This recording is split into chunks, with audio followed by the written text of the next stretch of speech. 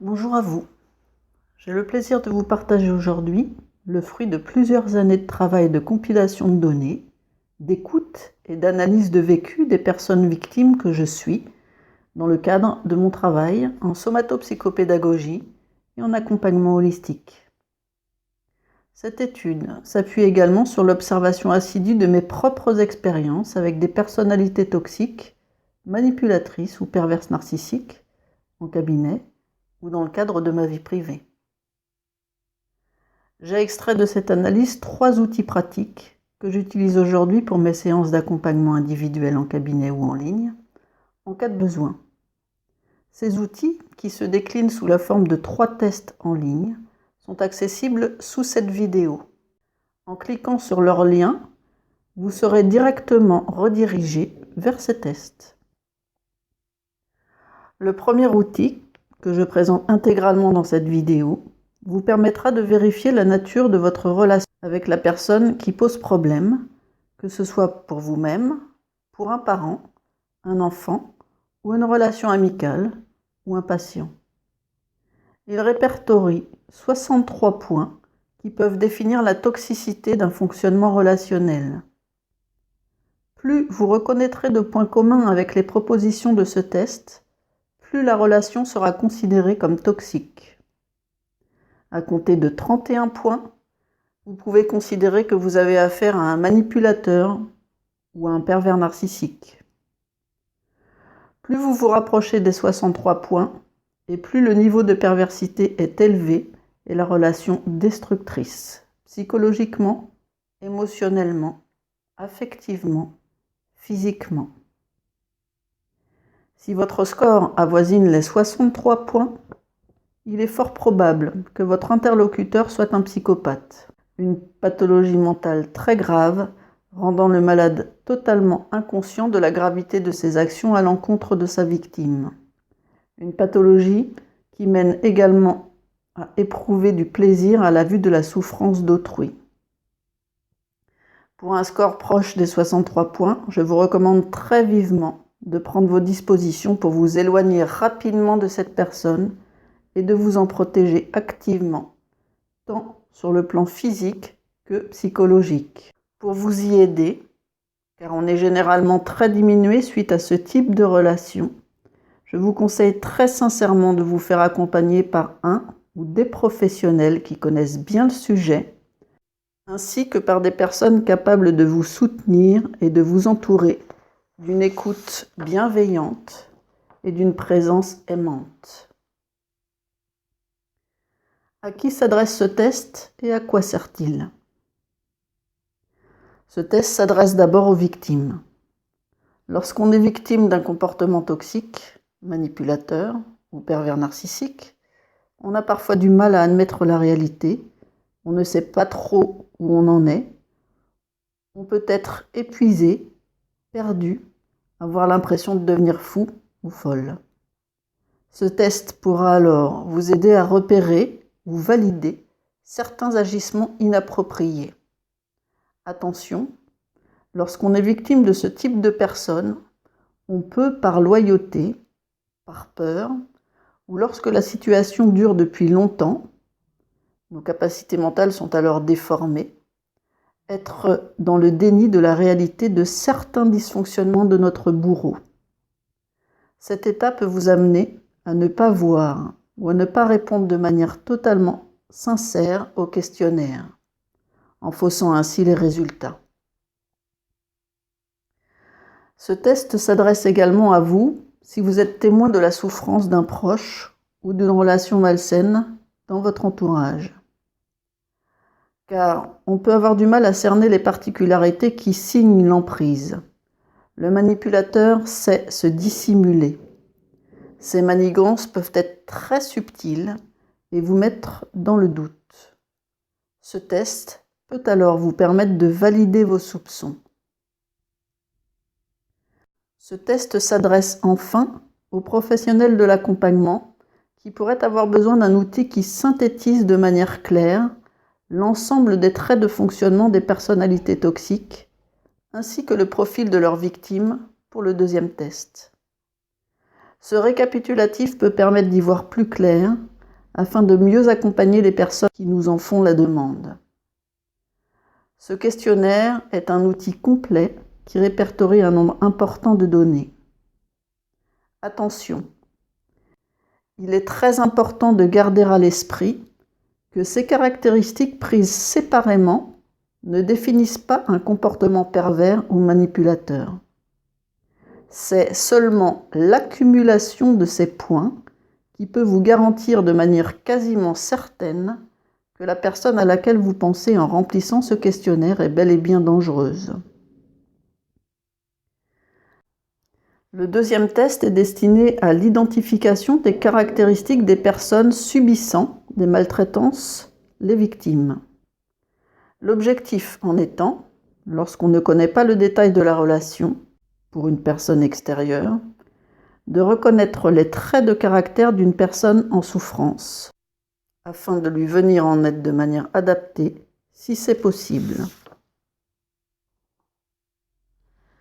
Le troisième test s'attache à identifier les caractéristiques de la phase de séduction ou d'approche des personnalités perverses. Cette phase, bien spécifique et récurrente en début et en cours de relation, est un incontournable dans ce type de fonctionnement malsain. Ce test peut vous permettre alors, dès le début de la relation, de vous faire une idée de la normalité ou de l'anormalité du fonctionnement de la personne. Ces trois tests réunis vous offrent la possibilité de valider de manière quasiment infaillible le type de relation que vous, un proche ou un patient, pouvez être amené à vivre tant sur le plan familial que professionnel ou social.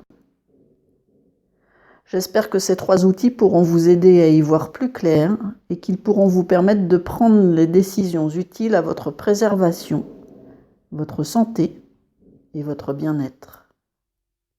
Si vous avez des questions ou désirez me contacter, vous trouverez mes coordonnées sous cette vidéo et en fin de vidéo. Je vais maintenant dérouler les 63 points qui caractérisent la relation malsaine. Il est culpabilisant et dévalorisant. Il culpabilise les autres au nom du lien familial, de l'amitié, de l'amour, de la conscience professionnelle. Question 2. Il met en doute vos qualités, vos compétences, votre personnalité ou celle d'autrui. Il critique, dévalorise et juge. Lui seul est parfait et a toujours raison. Il est égocentrique, narcissique, il dénie l'existence, les besoins et la souffrance d'autrui. Question 3. Il peut être jaloux, même d'un parent, d'un enfant ou d'un conjoint. Question 4. Il est totalement égocentré, ne pense qu'à ses intérêts et n'éprouve aucune empathie. Toutes ses actions sont tournées vers ses propres besoins, sauf lorsqu'il a quelque chose à en tirer, et dans ce cas, son empathie, sa sollicitude ou l'intérêt qu'il porte à l'autre sont factices. Question 5. Lorsqu'il donne de son temps, de son argent, de son empathie, c'est toujours de manière ostentatoire. Il faut que ça se voie et que ça se sache. Il donne ou prête facilement ce qui ne lui appartient pas, sans en demander l'autorisation au propriétaire. Il ne donne jamais gratuitement, il en récolte toujours quelque chose. De l'admiration, de la considération, du pouvoir, de l'argent, de la confiance, de la soumission, de la culpabilité, de la honte. Question 6. Il ne tient compte ni des droits, ni des besoins, ni des états de santé, ni des désirs d'autrui. Il passe avant tout et tout le monde, y compris ses enfants ou ses proches. Question 7. Il ignore les demandes, même s'il dit s'en occuper.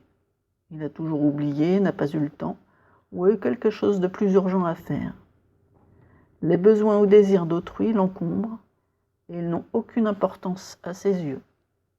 Question 8. Il est efficace pour atteindre ses propres buts, mais aux dépens d'autrui. Question 9. L'apparence est essentielle pour lui. Il est narcissique, a tendance à la maniaquerie. Son apparence, son lieu de travail, son véhicule doivent être parfaits. Il fonde son relationnel sur la forme plutôt que sur le fond. Question 10. Il n'éprouve jamais ni culpabilité ni remords. Il semble totalement hermétique à la souffrance qu'il provoque. Il semble insensible à l'autre, sauf pour manipuler la confiance ou les croyances d'autrui à son égard. Il fait semblant. Question 11. Il revendique et met en scène sa différence, son originalité, sa supériorité, son non-conformisme. Il a besoin qu'on le remarque. Question 12. Il décide des horaires, des lieux, des moyens pour les autres en fonction de ses besoins propres. Un fonctionnement dictatorial qui peut s'exprimer de manière intransigeante, voire violente, ou suffisamment sournoise pour qu'on ne s'en rende compte que lorsqu'on a accepté des propositions qui vont à l'encontre de nos besoins et envies. Il est immature, caractériel et irresponsable, comme un enfant trop gâté. Question 13. Il se démet de ses responsabilités en les reportant sur les autres. Question 14. Il évite ou s'échappe de l'entretien, de la réunion, du rendez-vous, soit concrètement en ne venant pas, en partant plus tôt, en arrivant considérablement en retard, soit en détournant l'objet de la rencontre ou en détournant l'attention des participants lorsqu'il risque d'être pris en défaut ou qu'il n'a pas envie. Question 15. Il est capricieux et coléreux. Il lui faut tout de suite, ça et pas autre chose. Question 16. Il peut dépenser sans compter, allant jusqu'à se, et vous avec, mettre dans des situations matérielles inconfortables. Question 17. Il peut au contraire devenir extrêmement radin lorsqu'il s'agit d'une dépense pour autrui. Question 18. Il boude facilement et peut rester silencieux pendant des heures, voire des jours, pour vous punir de ne pas avoir accédé à sa demande. Il envahit et s'approprie l'attention, l'espace et le temps. Question 19. Il est constamment l'objet de discussions, même lorsqu'il n'est pas là. Votre pensée est très souvent tournée vers lui. Question 20. Il parle trop fort, fait du bruit, touche trop. Il prend beaucoup d'espace, son intention est de se faire remarquer et ou de déstabiliser. Question 21. Il est le meilleur, celui qui a toujours raison, qui sait mieux que les autres, sauf lorsqu'il se victimise. Question 22. Il utilise très souvent le dernier moment pour demander, ordonner ou faire agir autrui. On n'a alors pas le temps de réfléchir aux conséquences de sa demande et l'on agit ou répond contre notre volonté, nos limites, notre fatigue, nos besoins, notre santé. Question 23.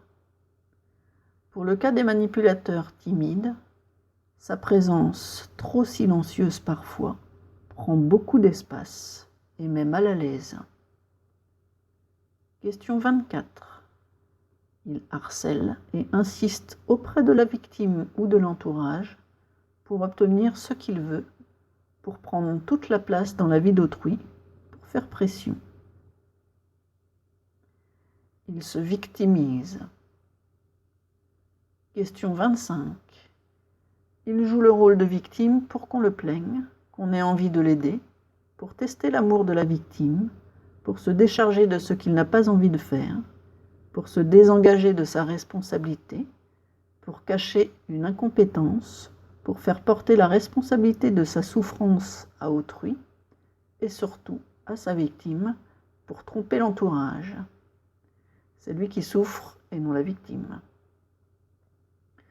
maladies exagérées, invocation d'un entourage difficile, et plus particulièrement de sa victime, d'une surcharge de travail d'une personne qui lui en veut. Question 26. Il se victimise pour déclencher votre empathie naturelle et ainsi vous faire plier à ses désirs. Question 27. Il se dévalorise pour qu'on lui dise le contraire. Il est menteur, versatile et incohérent. Question 28. Il ment, déforme la réalité ou reste dans le vague. Il interprète à sa manière et prêche le faux pour savoir le vrai. Question 29. Il utilise des flatteries pour vous plaire, fait des cadeaux ou se met soudain aux petits soins pour vous ou pour les personnes de votre entourage qu'il souhaite séduire. Il y a toujours une raison cachée derrière ces comportements. Vous traitez d'égoïste, retournez vos proches contre vous en mettant en avant ses largesses comparées à l'absence des vôtres. Vous dévalorisez. Question 30. Au fil de la relation, on se rend compte qu'il y a beaucoup de zones d'ombre dans son passé, dans son emploi du temps. On prend conscience qu'on ne connaît que très peu de choses sur lui, contrairement à lui qui connaît nos moindres états d'âme, nos fragilités et nos besoins. Question 31. Il change ses opinions, ses comportements, ses sentiments, ses discours, selon les personnes et les situations. C'est un caméléon. Il joue un rôle différent suivant ses besoins, ses états d'âme, ou se laisse envahir par ses pulsions. Il est bon acteur. Question 32. Il mise sur l'ignorance d'autrui pour faire croire à sa supériorité et il n'hésite pas à inventer pour ce faire. Il a tendance à la mythomanie. Il raconte des histoires mensongères auxquelles il semble croire. Question 33. Il peut se montrer charmant en public et odieux avec sa victime quelques secondes après, en privé. Ces échanges relationnels sont déséquilibrés, dysfonctionnels ou absents. Question 34. L'échange est totalement déséquilibré en sa faveur, tant sur le plan de la communication, de l'affectif, que sur le plan matériel. Vous donnez beaucoup et lui très peu. Question 35. Il n'a pas de réels amis ou uniquement des amitiés très récentes. Il est seul et n'a souvent que très peu de contacts avec sa famille ou des contacts malsains. Question 36. Il accuse autrui de ses propres dysfonctionnements et imperfections. Il transpose et projette ses propres défauts sur autrui. Il est dans le déni puisque lui se perçoit comme parfait. Question 37. Il a tendance à la paranoïa. Il voit le mal partout, est méfiant, suspicieux, critique. Il se méfie de tout le monde. Question 37. Il est mégalomane. Il est le meilleur, le plus beau, le plus fort, celui qui a tout vu, tout fait, celui qui sait mieux que tout le monde. Question 39. Il n'aime ni les animaux, ni les enfants, ni tout ce qui est vivant en général. Il lui arrive de s'en servir en manipulant leur affectivité ou leur croyance comme moyen de pression sur sa victime, mais ne les considère que comme un outil, un moyen pour arriver à ses fins. Question 40. Il ne s'excuse jamais, sauf s'il peut en tirer un bénéfice pour lui-même. Il est déstabilisant, dominateur, étouffant et destructeur. Question 41. Il sème la zizanie et crée la suspicion, divise pour mieux régner et peut provoquer la rupture d'un couple, d'une amitié, d'une relation professionnelle. Il ne supporte pas les bonnes relations. Un dysfonctionnement dans un groupe est le plus souvent lié à la présence d'un manipulateur. Question 42. Il produit un état de malaise ou un sentiment d'emprisonnement et de peur. La victime se sent coincée mentalement, Pensées obsessionnelles, impression de devenir fou, impossibilité de dénouer le vrai du faux, refus de concevoir et d'admettre la perversité du manipulateur, peur des représailles, des coups, et physiquement, pas de possibilité financière suffisante pour fuir, pas d'autre logement, impossibilité d'abandonner ses enfants. Question 43. Il nous fait faire ou dire des choses qui vont à l'encontre de notre fonctionnement habituel et ou de nos valeurs. On se surprend à faire des choses qui ne sont pas nous. Question 44. Il mêle la victime à douter d'elle-même. Elle doute alors de ses actions, voire de ses propres pensées.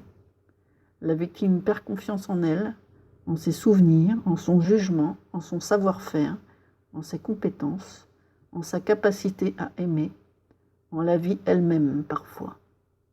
Cette perte de repère, de confiance et d'estime de soi peut parfois mener au suicide. Question 45. Il fait tout pour isoler sa victime et la couper de son environnement familial, amical, professionnel, de loisirs. Pour ce faire, il critique l'entourage, a des comportements odieux avec les proches, se fait passer pour le bon et la victime pour folle ou mauvaise, demande ou conseille la cessation des activités professionnelles, de loisirs, de sorties, de rencontres familiales ou amicales, sous prétexte de passer plus de temps ensemble ou par sollicitude à la fatigue de la victime. Question 46. Il demande aux autres, et surtout à sa victime, d'être parfait, de ne jamais changer d'avis, de savoir et de répondre immédiatement à ses demandes et questions, alors que lui fait tout l'inverse. Il est malhonnête, immoral, prétentieux et orgueilleux.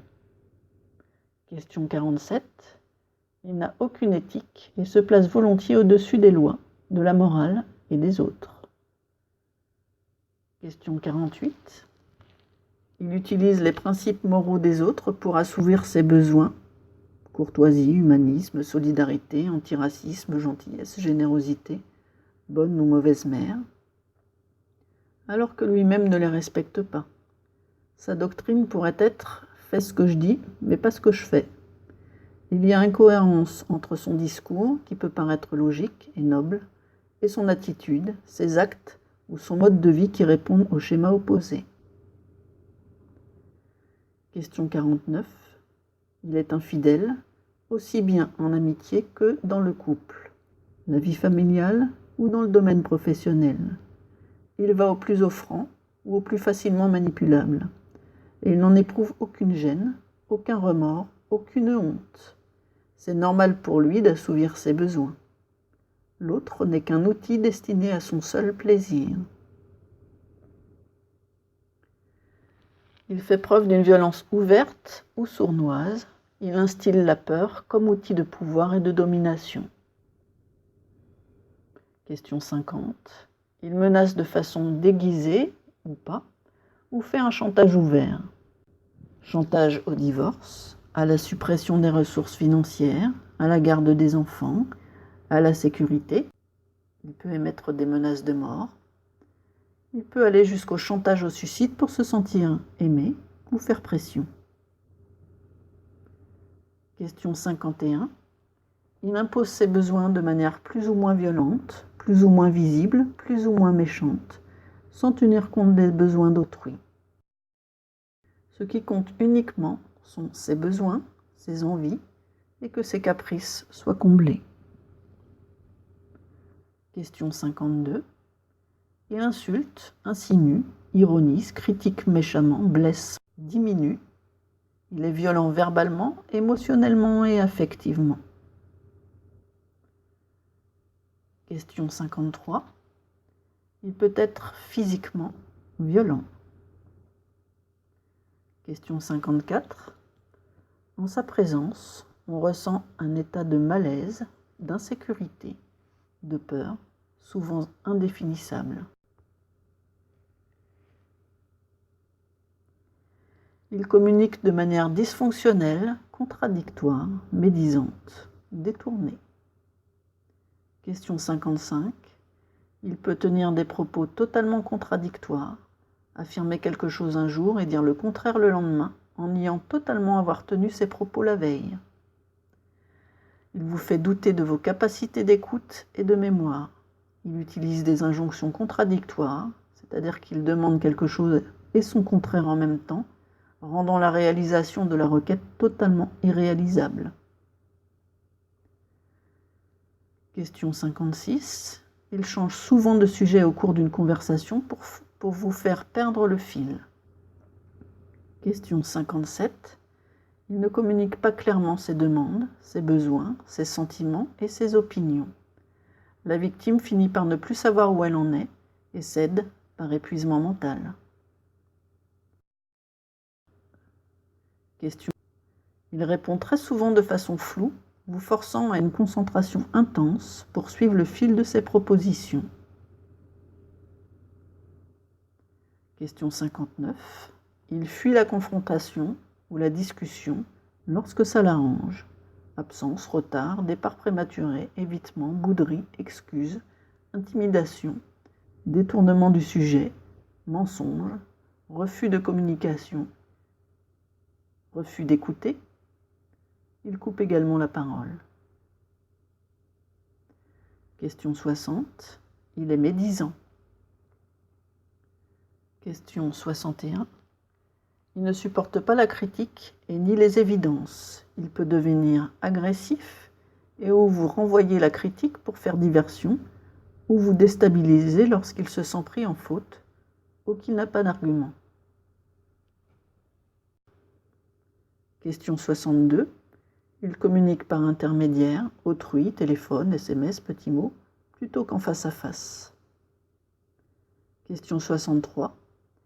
Il invoque des raisons logiques pour déguiser ses demandes et favoriser une réponse positive. Ce test est maintenant terminé et je vous remercie d'avoir regardé cette vidéo. Si vous avez des questions ou si vous avez besoin d'être aidé, vous pouvez me contacter par mail ou par Messenger.